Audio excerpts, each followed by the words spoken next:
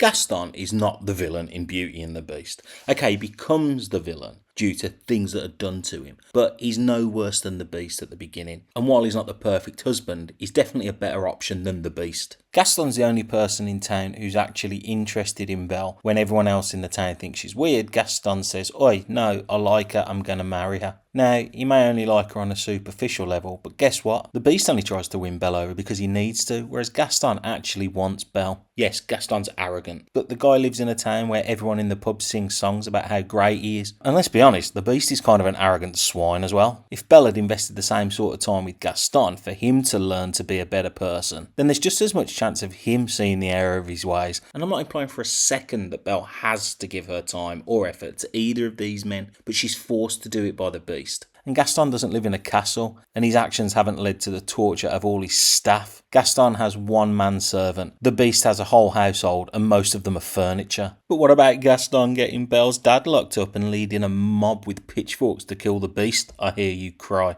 Well, everyone in town thinks Belle's dad's kind of mad. In fact, he almost blows the house up at one point. He is kind of crazy.